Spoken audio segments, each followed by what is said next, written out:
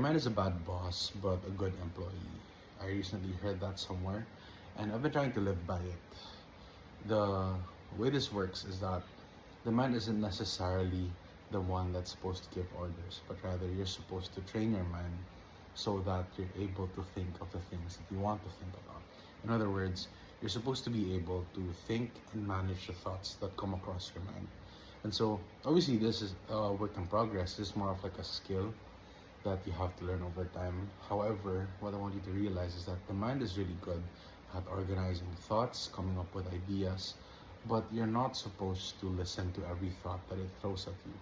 And this is because sometimes the thoughts that come to us are not necessarily something that's very helpful for our situation, especially when you have the tendency to ruminate on certain things.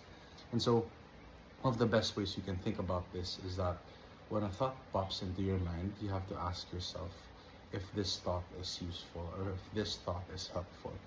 And you shouldn't go with every whim or every thought, but rather you should inspect it the same way that things come across in your life. You have to understand if the thought is something that you can apply, if the thought is something that can help you reach your goals, or if the thought is something that is helpful for you to feel better or to be emotionally better.